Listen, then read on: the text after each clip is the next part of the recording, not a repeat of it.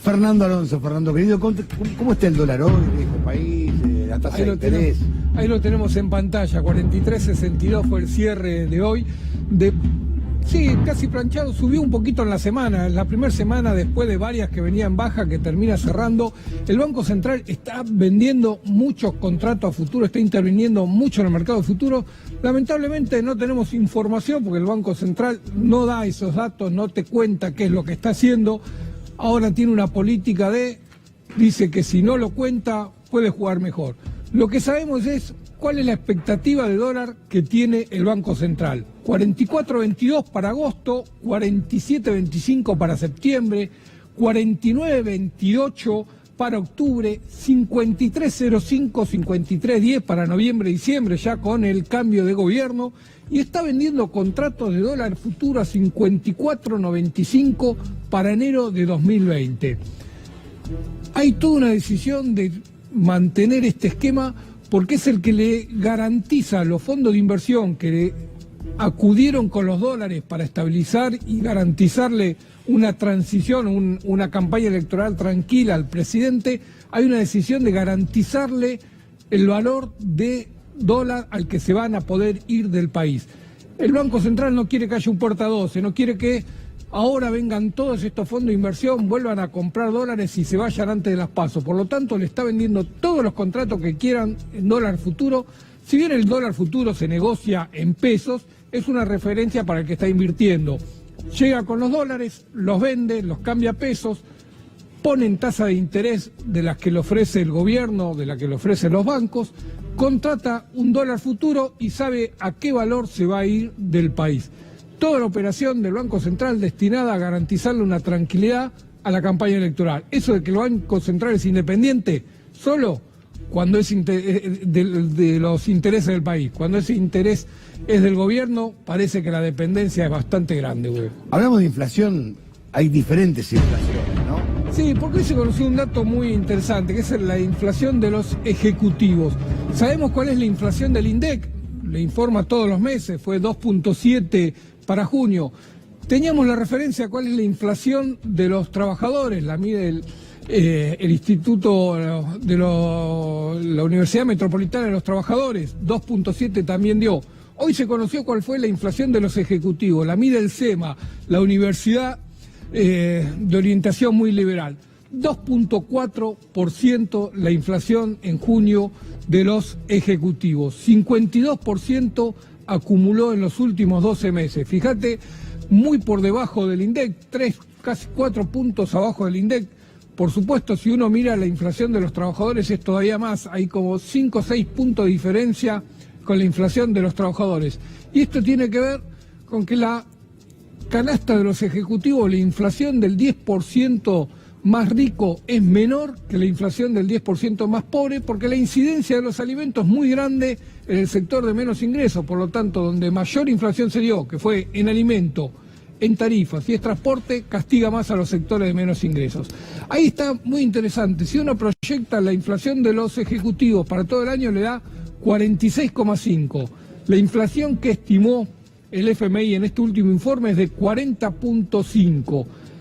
Hasta los ejecutivos que tienen una inflación más baja esperan una inflación más alta de la que está estimando el FMI. Arnaldo Cornaldo, bienvenido, ¿cómo estás?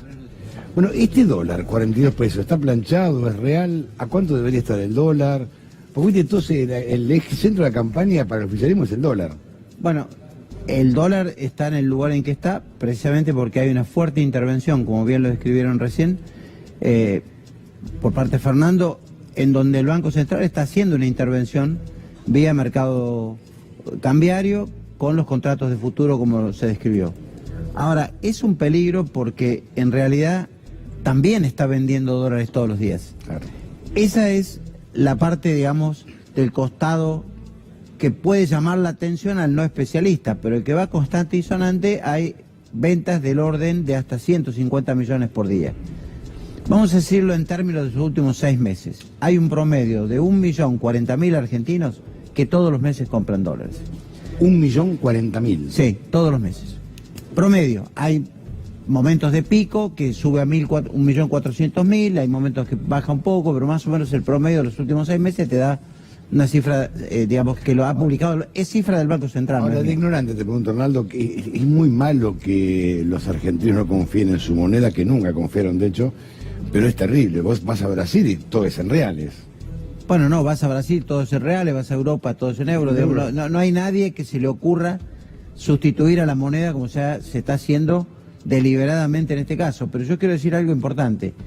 El tema es que en la medida en que se vendan los dólares que nos dieron el Fondo Monetario, le prestó a la Argentina para atender los compromisos externos, y a medida que tomás compromisos con un tipo de cambio que no sabemos si va a estar a 51, a 45, a 54 en enero, digo, tengamos en consideración que esto es un costo que estamos pagando a futuro, pero toda la sociedad le está pagando a quienes, en definitiva, en un momento deciden irse de la economía nacional, comprar dólares y fugar los dólares, porque hay un dato importante. En todo el periodo de los 12 años de gobierno anterior, kirchnerista, se fugaron 100.000 millones de dólares. En estos 40 meses se fugaron 110.000 millones de dólares. 110.000. O sea, vos estás comparando 40 contra 120 meses. En un tercio de los meses se fue del país más dinero que en 12 años. Que es un punto recontra importante. Todo lo que blanquearon prácticamente se fue del país. Era esperable, era bastante esperable. A pesar de que no se trajo la plata que se blanqueó, guarda. O sea que lo que está afuera es más grande que lo del momento que se blanqueó. Ahora, Arnaldo, bueno, lo que pasa es que a futuro, o el futuro, quien asuma, sea Macri o Fernández o Lavagna, se va a encontrar una Argentina que va a estar muy compleja. Bueno, es cierto. Económicamente hablando, digo. Es cierto. Pero es una Argentina muy compleja porque esta política tiene subyacente dos políticas adicionales, que es, no hay oferta crediticia, con lo cual la economía se frena, no hay dinero, al no haber dinero entonces no hay ningún tipo de transacción que se pueda realizar más allá del autofinanciamiento de los distintos agentes económicos, al no haber transacciones se comprime el consumo, trae mayor profundización de la recesión y sin crédito no hay expansión ni salarios nuevos que se puedan pagar. Y por otro lado, con el ajuste fiscal, caída de salarios, lo que hay es una brutal compresión de la economía que hace más pobres a los pobres y mucho más ricos a los ricos. Fernando, el gobierno anunció el acuerdo con la Unión Europea, que sabemos que está muy en pañales, sabemos que falta mucho, pero también sabemos que van a hacer todo lo posible. Es una carta de intención, de intención. Sabemos que van a hacer todo lo posible para que quede condicionado el próximo gobierno a tener que seguir adelante con esto, porque lo va a firmar Brasil y lo va a instrumentar bilateralmente, es decir, están apostando a que eso sea un hecho. Sí. ¿Cómo deja la Argentina? No, pero espera, vamos por partes. Primero, la ejecución implica que la Argentina lo aprueba y lo vota el Congreso, en sus dos cámaras. Lo votan todos los congresos del Mercosur y todos los congresos de las distintas repúblicas que integran la Unión Europea. Hay una república que tiene dos congresos, que es Bélgica, no solo uno, y el Parlamento Europeo. Tiene que ser por mayoría absoluta, o sea, tiene que tener más de 3/4 de los votos. En todos los casos. Partes, como acá sería una ley. Bueno, de manera que hoy vas a tener un lobby importante, y yo creo que esto es una muestra política que le convenía a Bolsonaro, a Macri, le convenía seguramente a las autoridades que están yendo a la Unión Europea, por una razón. Digamos, hoy viene una camada de dirigentes que va a reemplazar a las autoridades de la Unión Europea y los miembros del Parlamento, que es de otro perfil político del que está hoy. Hoy es liberal, seguramente van a venir sectores con representación nacionalista. Entonces, Polonia, Hungría, la República Checa, Francia, Italia, que son fuertes productores agrícolas, que además alimentan a Europa, no van a querer que se abra totalmente. Van a poner cupos, van a poner cuotas, van a poner restricciones y van a hacer un lobby fenomenal en sus países. Ya en Francia está ocurriendo. Pensemos que Francia invierte 400.000 millones de euros en subsidiar en su política agrícola común a sus propios productores del sector rural. Que ya protestaron.